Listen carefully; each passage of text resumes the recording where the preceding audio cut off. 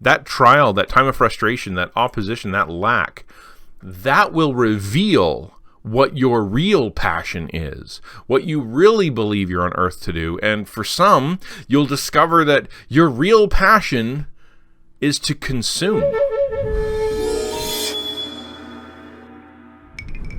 Jumping into the Devo, we are in Philippians. So if there sits Paul, there sits the Apostle Paul. He's passionate. He's a traveling missionary. He's a wandering evangelist. He's pastor of over a dozen churches. He's sitting in a rented house in Rome under house arrest for 2 years. He's not allowed to go anywhere as he awaits trial before the worst Caesar like ever to rule, not knowing whether he's going to live or die. And he's gotten a visit from someone who is concerned. He's got these close friends and allies in the Philippian church, that in a church he planted in the city of Philippi, and they're really concerned for him. So they come rushing over as soon as they hear, and they send help and to send encouragement. They're so worried. They brought him a little money to pay for the rent, because back then you had to pay your own rent when you were sitting under your own house arrest. And it seems that like part of the letter that they'd sent, or that they brought, or that he'd heard from some of the helpers that were sent, was that the church was really bummed out that Paul wasn't able to go anywhere, because that meant his missionary work had stopped. Churches weren't being planted. The people weren't hearing about Jesus. And I mean, he's in Rome, the capital city. There should be just awesome work happening right now, but he's chained to a guard 24/7 and not allowed to leave his rented room. So obviously the gospel is done. But let's pause for a minute and think of that in your head, where he's at, what he's doing. He's sitting there at a desk, and he's got no one around except a Roman soldier, and he's been sitting in the same room for 2 years. Now, put yourself in Paul's place. Like, let me ask you this question. What is your greatest passion? What do you feel like you were put on earth to do? What is the thing that gets you up in the morning? Maybe it's art, maybe it's science, maybe it's gaming or streaming, maybe it's taking care of your family, taking care of your friends, maybe it's writing or computers or singing or building things. Whatever it is, what if you were doing it, like it was going well, you were in the middle of your greatest project, and then through no fault of your own, you were arrested and stuck in one room in some apartment somewhere in a city you've never been to, no internet, no electricity, no family around, no friends to visit, and you lived every day unsure that it would be your last. You go from everything is going, wow, there's so much happening in my life, and I'm really feeling fruitful, and I'm really feeling like I'm contributing, to sitting in a room, done, not allowed to leave. Now, say you're sitting in that situation, and someone comes up to you. It's a friend finally comes up to you, and they are that kind of friend that you know the friend that grumbles with you. That's how they encourage you. They come by and they're like they say things like, "Oh, it's terrible. It sucks. It's so unfair. You don't deserve this. You were on the verge of a breakthrough. You've never hurt anybody. Your work is so important. People need you. Oh, this is terrible." They're trying to encourage you, right? What would you say? What would you do in this situation where you're sitting there, you cannot do your passion, you don't feel like your passion can be done? The grumbler comes in and he's like, "Yeah, everything's over. I can't believe it. It so sucks. You were doing so well, but it must be done now." Where's your heart? What do you say? Now, put yourself in the position of being that friend, the one that comes to visit. How do you comfort that person? Do you do the whole misery loves company thing and just tell them how fair everything is? Or do you say, "Oh, it'll be okay. I'm sure it'll work out. It'll be fine." Or do you just bring a plate of cookies and hope to talk about anything else? My question is this. Would it ever occur to you, whether you are sitting in the room or you're the friend, to say, "You know what? This is exactly where I'm supposed to be, and this is the right way that things should be done. I am where I'm supposed to be," or "You are where you're supposed to be"? Would you ever say that?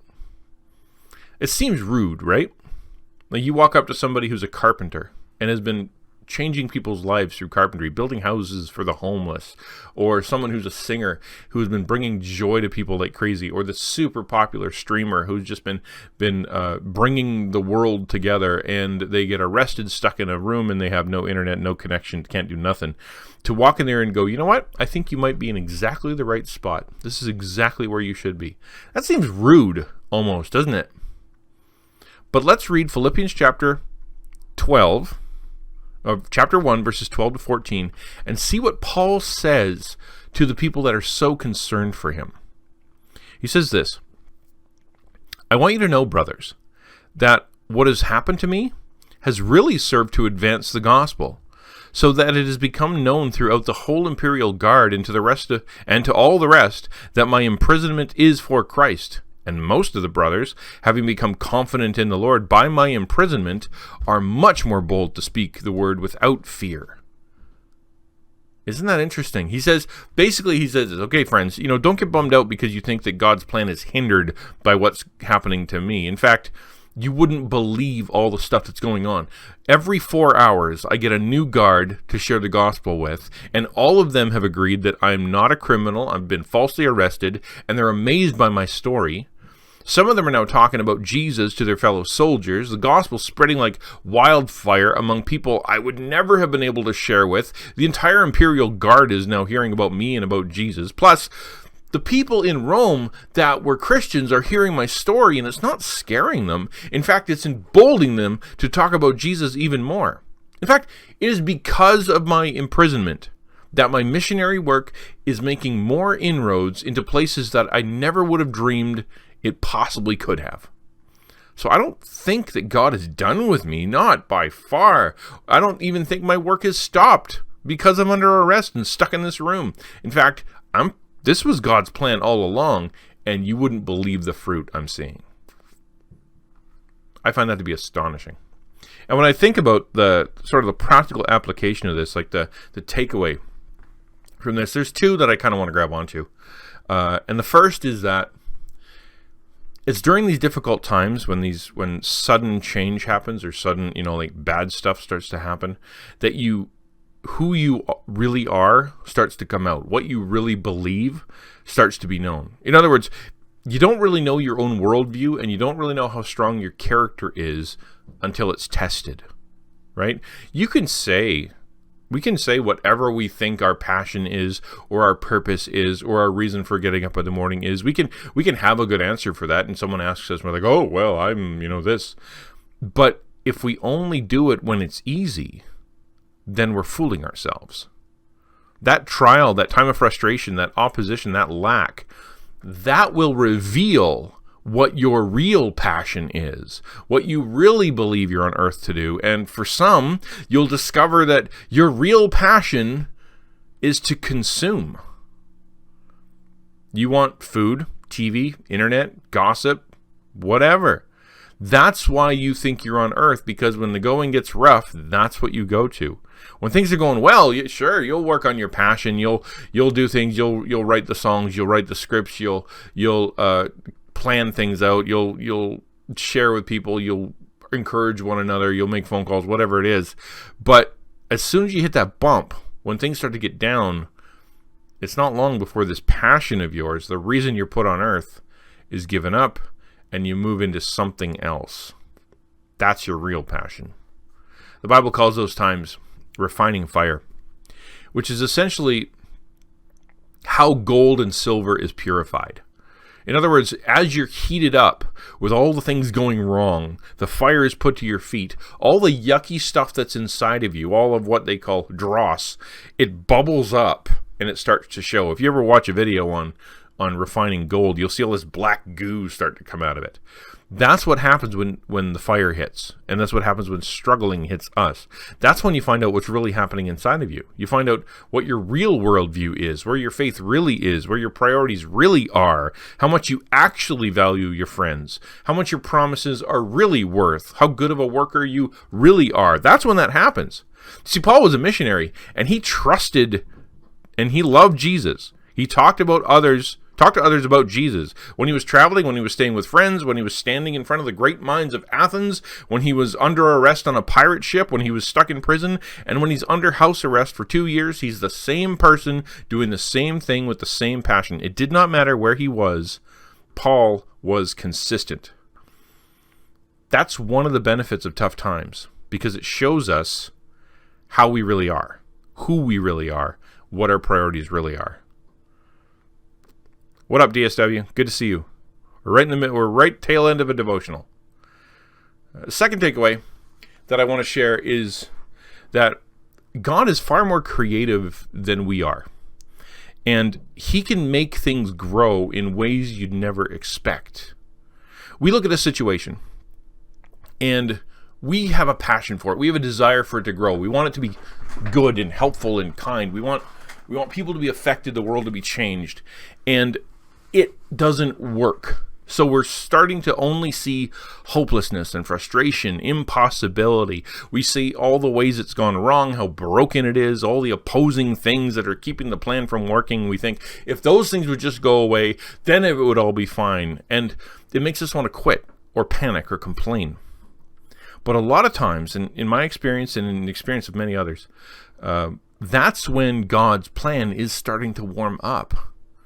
Because he gave you this passion, he gave you this idea, and he's like, okay, we're going to do a course correction. You're not going to like it, but this is where I actually wanted you to go. Because when the opposition comes and things look bad in your plan, that's when things that you never would have expected to happen start happening.